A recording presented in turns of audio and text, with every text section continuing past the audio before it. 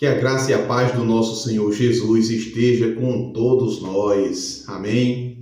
É uma alegria e satisfação todos os dias conectados com o Senhor Jesus por meio de sua palavra. Lendo este livro maravilhoso, História da Redenção. Hoje vamos ao 6º capítulo, Caim e Abel e suas ofertas, certo? Este capítulo que vamos ler está baseado no capítulo 4, versículos de 1 a 15 da Bíblia Sagrada.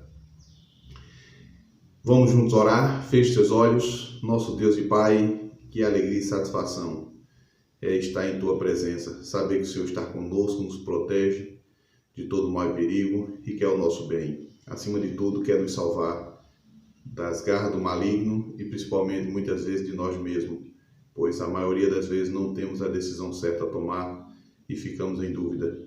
Mas o Senhor quer nos ajudar por meio do Teu Espírito a tomarmos a decisão certa de estar ao Teu lado, a aprender de Tua palavra e estar conectado com a mesma. Eu entrego a cada um em Tuas mãos e nos ajuda a entender a leitura que iremos fazer hoje em nome de Jesus. Amém.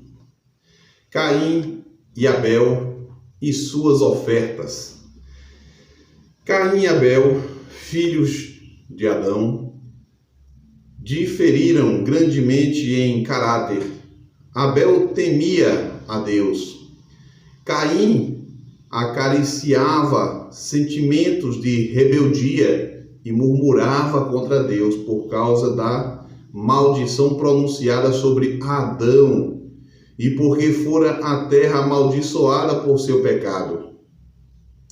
Estes irmãos tinham sido instruídos com respeito à provisão feita para a salvação da raça humana. Deles era requerido que praticassem um sistema de humilde obediência, mostrando sua reverência a Deus e sua fé no Redentor prometido e dependência dele, mediante o sacrifício dos primogênitos do rebanho e sua solene apresentação com o sangue, como uma oferta queimada a Deus. Este sacrifício devia levá-los a ter sempre em mente seu pecado e o Redentor por vir, o qual devia ser o grande sacrifício pelo homem. Caim trouxe suas ofertas perante o Senhor com murmuração e infidelidade no coração, em referência ao sacrifício prometido. Ele não estava disposto a seguir estritamente o plano de obediência e procurar um cordeiro e oferecê-lo com os frutos da terra. Meramente tomou dos frutos da terra e desrespeitou as exigências de Deus. Deus tinha feito saber a Adão que sem o derramamento de sangue não podia haver remissão de pecados. Caim não estava preocupado em fazer nem mesmo o melhor dos frutos. Abel aconselhou o seu irmão que não viesse diante do Senhor sem o sangue do sacrifício. Caim, sendo primogênito, não quis ouvir a seu irmão, desprezou seu conselho e, com dúvida e murmuração com respeito à necessidade das ofertas cerimoniais, apresentou sua oferta, mas Deus não a aceitou. Abel trouxe dos primogênitos de seu rebanho e da gordura, como Deus tinha ordenado, e cheio de fé no Messias por vir, e com humilde reverência apresentou a sua oferta. Deus aceitou a sua oferta. Uma luz brilhou do céu e consumiu a oferta de Abel. Caim não viu manifestação de que a sua era aceita. Irou-se com o Senhor e com seu irmão. Deus condescendeu em mandar um anjo para conversar com ele. O anjo inquiriu quanto à razão de sua ira e informou de que, se ele fizesse o bem e seguisse as orientações que Deus tinha dado, ele o aceitaria e estimaria sua oferta. Mas, se não se submetesse humildemente aos planos de Deus, crendo e o obedecendo, ele não podia aceitar sua oferta.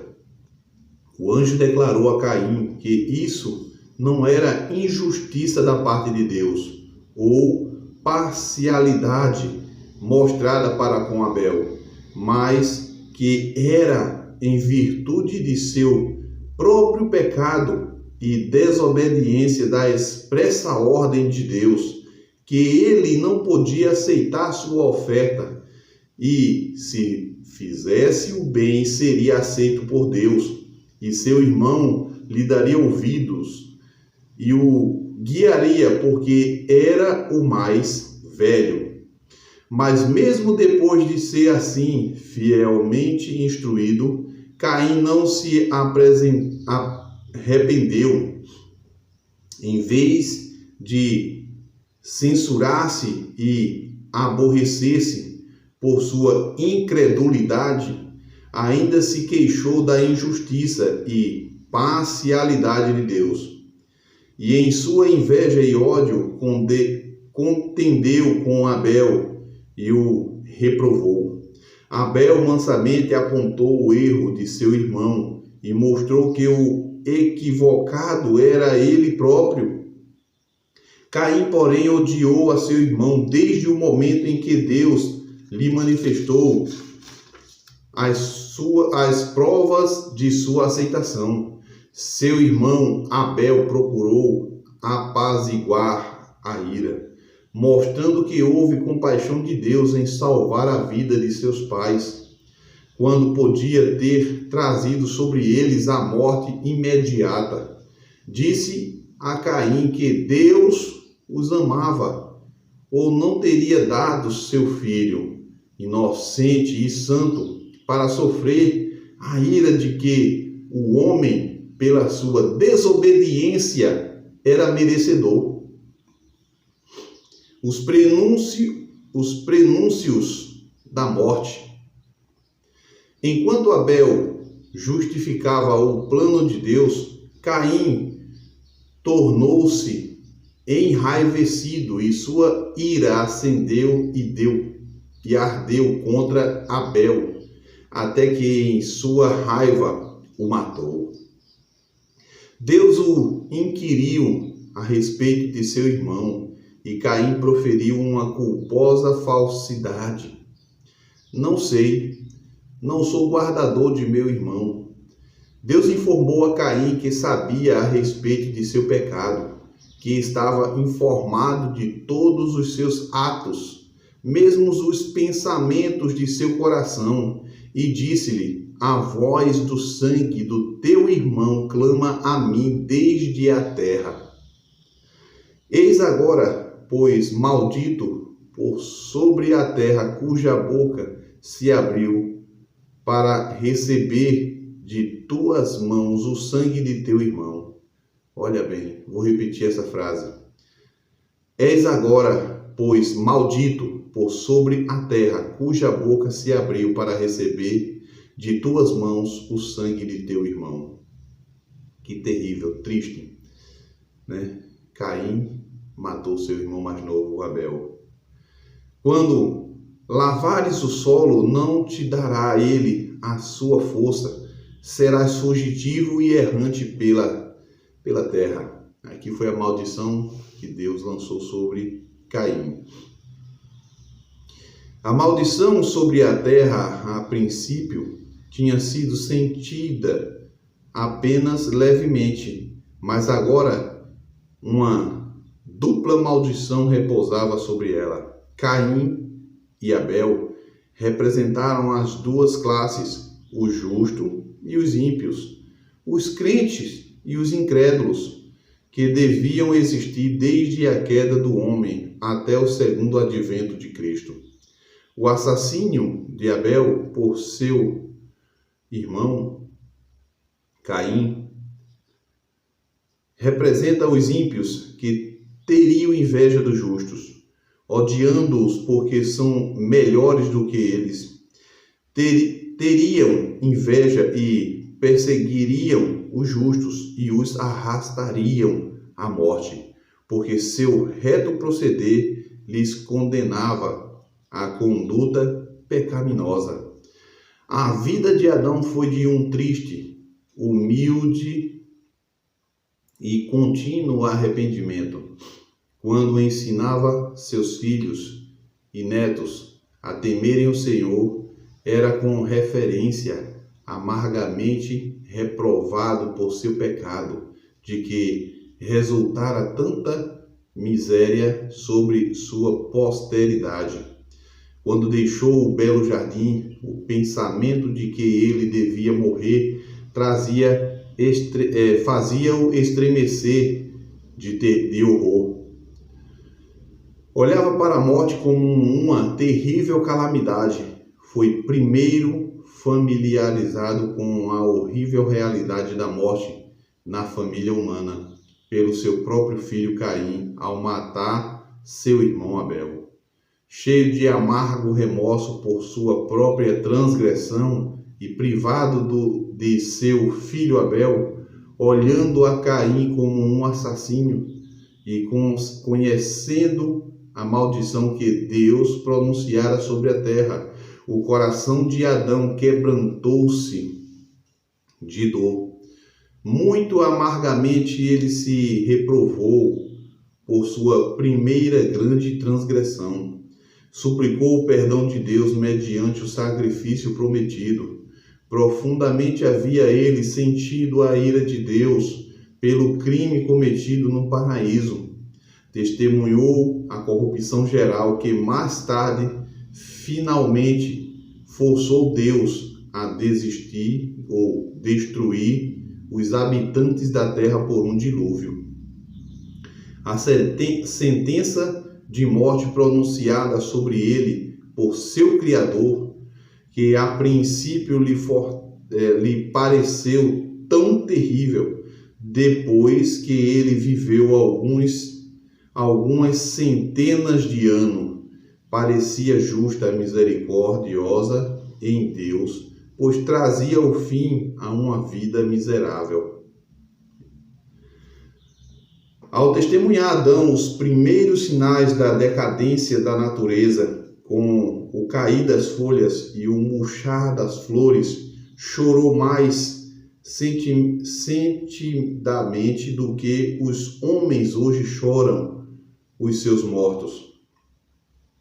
As flores murchas não eram a razão maior do desgosto, visto serem tenas e delicadas, mas as altaneiras, nobres e robustas árvores, arremessando suas folhas e apodrecendo, apresentavam diante dele a dissolução geral da linda natureza que Deus criara para especial benefício do homem.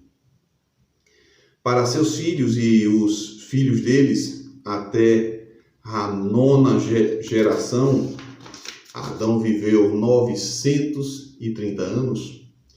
Ele descrevia a perfeição de seu lar edênico e também sua queda e seus terríveis resultados, e a carga de pesar que veio sobre ele, em consequência da ruptura em sua família, que redundou na morte de Abel. Referiu-lhe os sofrimentos que Deus tinha trazido sobre ele, para ensinar-lhes a necessidade de estrito apego à sua lei. Declarou que o pecado seria punido em qualquer forma que existisse. Instou com eles para que obedecessem a Deus que os trataria misericordiosamente se o amassem e temessem. Os anjos mantinham comunicação com Adão depois da queda e informaram-no do plano da salvação e que a raça humana não estava além da redenção. Embora a terrível separação que tivera lugar entre Deus e o homem, uma providência tinha sido tomada mediante o oferecimento de seu amado Filho, pela qual o homem podia ser salvo. Mas sua única esperança estava numa vida de humilde arrependimento e fé na provisão feita. Todos os que aceitassem a Jesus Cristo como seu único Salvador seriam de novo colocados no favor de Deus, mediante os méritos de seu Filho. Então, só unicamente por Jesus, aceitando a Ele e sendo obediente à sua palavra, é que nós iremos alcançar os favores divinos da salvação. Não pense que a vida do ser humano é só esta que nós estamos tendo e depois acabou. Não pensem assim. Ainda existe esperança e a nossa esperança está em Jesus, porque Ele diz em sua palavra que vai criar, e eu acredito que já criou, um novo céu e uma nova terra, nos quais habita a justiça, e onde eu e você fazemos parte desse plano maravilhoso de viver a eternidade com esse Jesus maravilhoso que entregou a sua vida para nosso resgate. Então que Deus abençoe a cada um de vocês e que sempre esse seja o único desejo de nossa vida, seguir a Jesus acima de todas as coisas e obedecê-lo, pois a sua palavra Ele não tirou nada e nem acrescentou. Obedecemos, que venhamos obedecer esta palavra maravilhosa, nua e crua como ela nos apresenta. Vamos orar? Nosso Deus e Pai, é triste saber os efeitos que o pecado trouxe, mas é alegre saber que o Senhor fez o maior dos sacrifícios, que foi entregar a sua vida para o nosso resgate. Sabemos que, diante de todo o universo, as marcas do seu sacrifício, meu Deus Todo-Poderoso, vai ficar para todo sempre, onde as consequências de nossos pecados, onde as cicatrizes do mal serão apagadas de nós e também do nosso corpo. Eu quero agradecer a Ti, Senhor, grandemente, pelo sacrifício que fizeste e pela oportunidade que nos dá de poder ter uma nova vida ao Teu lado e principalmente viver a eternidade diante da pessoa maravilhosa de Jesus. Obrigado por tudo e eu quero entregar cada um dos Teus filhos em Tuas mãos também, Senhor. Que o Espírito Santo os conduza a cada dia para perto de Ti e que o seu coração seja convencido de que esta terra não tem benefício nenhum a nos dar. Que possamos estar do Teu lado, perdoa nossos pecados e eu entrego-os em Tuas mãos em nome de Jesus. Amém. Que Deus abençoe. Até a próxima leitura, que é o 7º capítulo deste livro, que tem por título Sete e Enoque. Até a próxima leitura, em nome de Jesus. Amém?